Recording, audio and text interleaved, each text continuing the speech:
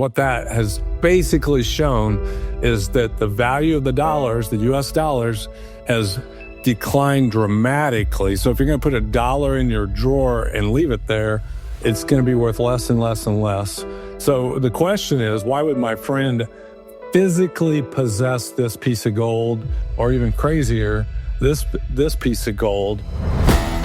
Welcome to the Up Your Average podcast, where Keith and Doug give no-nonsense advice to level up your life.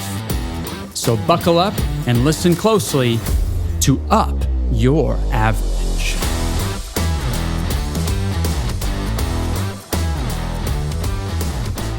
Hey friends, I know it's rude for me to be munching on a Hershey bar while I'm hanging out with you, but I just couldn't resist the temptation. Back in the early 70s, probably around 1974, Eva Nurse was my fourth grade teacher. And she believed in reading aloud to students. And she pulled out a little Roald Dahl and Willy Wonka and the Chocolate Factory to read to us. And that book mesmerized me because of the possibility of being Charlie and taking over that chocolate factory. In that book, the setting was roughly 1950s, and this older fellow was going to have a succession plan for his factory. And he brought these kids in there, and when he did that, a chocolate bar, a Hershey bar back in the 50s was priced at about 10 cents. And the goal was they would get that golden ticket to get to go into this famous chocolate factory.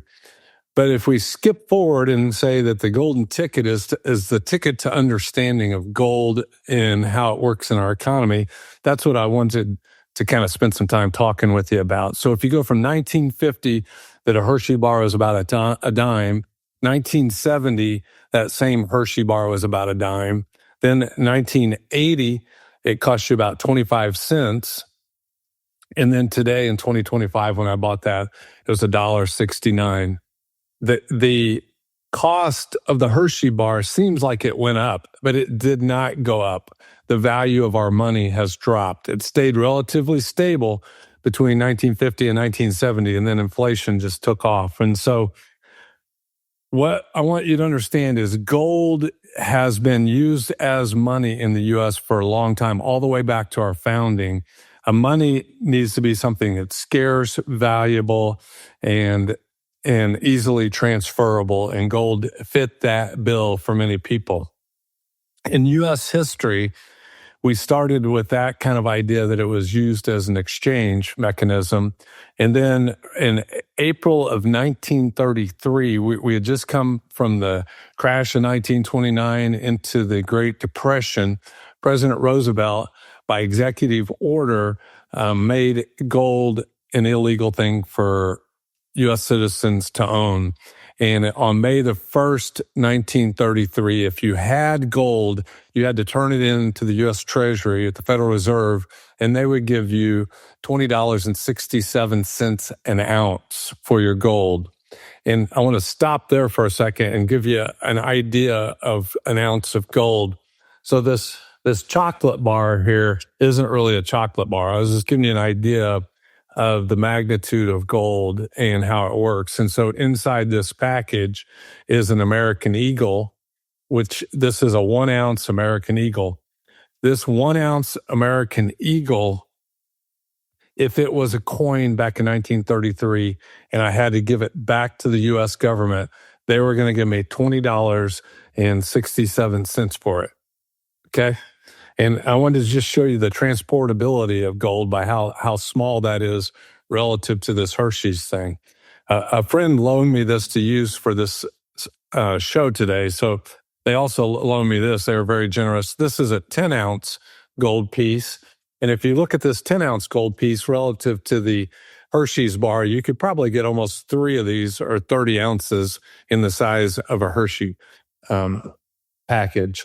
And so in 1933, you would have had to take your gold coins and give it to the U.S. Treasury at the Federal Reserve, and they give you $20 of U.S. dollars and 67 cents for your ounce of gold. Then a year later, President Roosevelt signed the Gold Reserve Act, and it made it illegal for you to have this anymore. You couldn't have this in your possession. And they raised the price of gold, the valuation of gold to $35 an ounce. Because what was happening at that point in time, the amount of dollar bills they could create was limited by how much gold the U.S. government had. And by raising the value of gold, they could print more money. So essentially, when they did this, they were devaluing the money that you already had in your possession. They had taken away your precious metals and made your money worth less. So in essence, you'd have had to give them more of your money for a chocolate bar, even though the cost of it didn't really go up. It was just the value of your dollars went down then. So from 1934 on to 1971, well, beyond 1971, it was illegal for citizens to physically possess gold, U.S. citizens. In December of 1971, President Nixon took us off the gold standard and put us on what's called a fiat standard, which basically says a fiat standard says the government tells you how much your money is worth.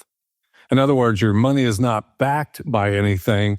It's just backed by the ability of your government to tax and make it valuable.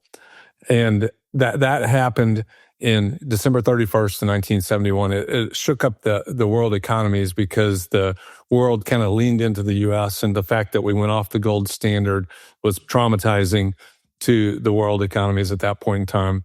70s were a difficult economy. It was a hard time to make a living. Then in December of 1974, December 31st of 1974, President Ford made it legal for you to possess gold again. And so that's a little bit of the history of gold in the United States. And to give you some dollar history of it, this 1 ounce of gold was worth $20.67 in 1933. Then when the government had it all, or all that people disclosed to them, they raised the value of it to $35 an ounce. Around 1971, when President Nixon took us off the gold standard, it was about $40 an ounce.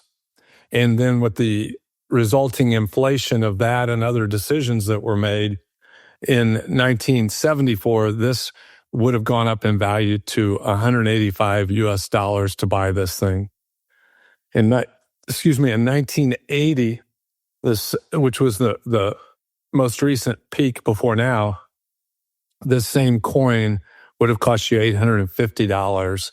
And then today, October the 7th, 2025, gold earlier today crossed over $4,000 an ounce, which would have said this same coin was worth $4,000 an ounce. And what that has basically shown is that the value of the dollars, the US dollars, has declined dramatically. So if you're going to put $1 in your drawer and leave it there, it's going to be worth less and less and less.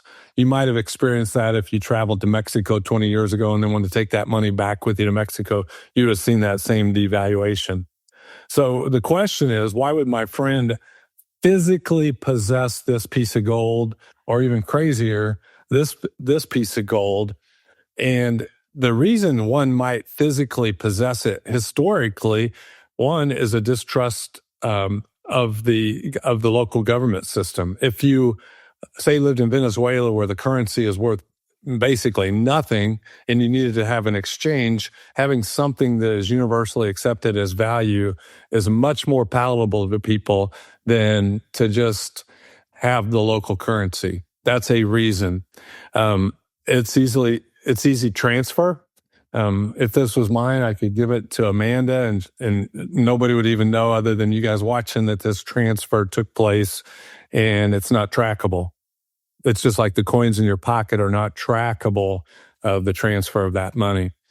So why not physically own this? A reason to not physically own it is this 10-ounce one today would have crossed over $40,000. Nobody knows besides you guys as I'm recording this that I was able to borrow this and have this $40,000. Before this is published, it'll be back in the hands of the rightful owner and they'll secure it however. But there's a safety issue with it. There's storage costs. If you want somebody to store it for you, it's going to cost some money and you'd have to pay that.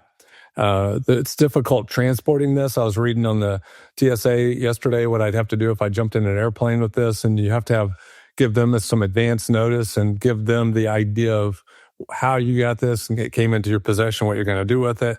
And it's relatively illiquid.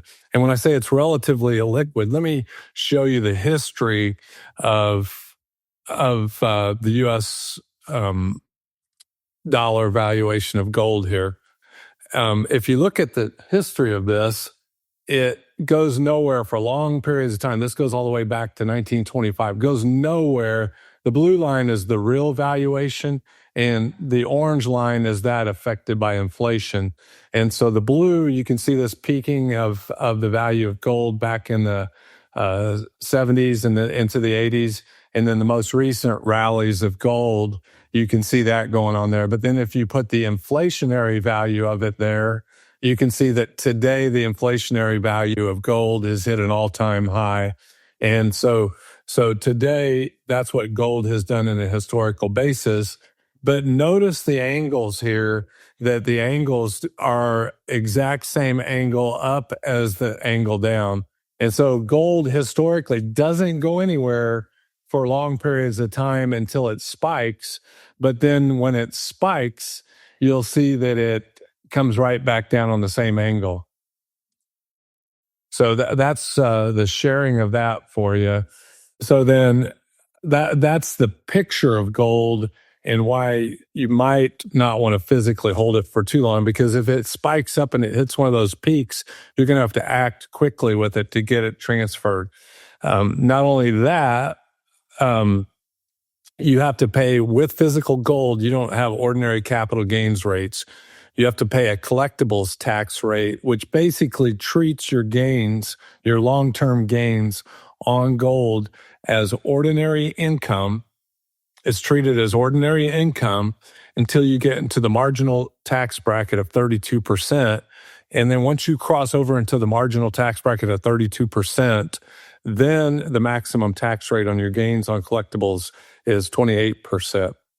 So what I would tell you today is that if you own physical gold, it's a good time to be talking to your advisor about it and for strategies with it. A strategy of why you might want to have it if you don't trust your government is you can diversify your gold by allowing others to take physical possession of it and hold it for you for safekeeping. And if you had 20 relatives and you gave them 20 ounces of gold, they could hold that 20 ounces of gold in 20 different places. So you have the security of not having all your gold in one place. If you need some help having somebody professionally store it for you, we've used Fidelitrade.com over time. And this is their website. And they historically have good prices on gold. You can see down here that they're quoting the $39.62 to $4,000 for an ounce of gold, or if it's the American Eagle, it's $39.93 to $41.18 today. And so Fidelitrade is a good place to get information on how to secure your gold. But again, if you transfer that gold to a reservoir like that, and you have the physical gold because of distrust for the government, you lose some of that original motive for having that. So in closing, I'd tell you, if you want something interesting to do, go check out the origins of that old movie, The Wizard of Oz. Did you ever know that a lot of it was written about the same idea that I'm talking about, the distrust of government and the valuation of gold? And the Wizard of Oz, OZ, is a abbreviation of the word ounce, which is 1 ounce is the American Eagle. Thanks for taking time to hang out and make today a great day.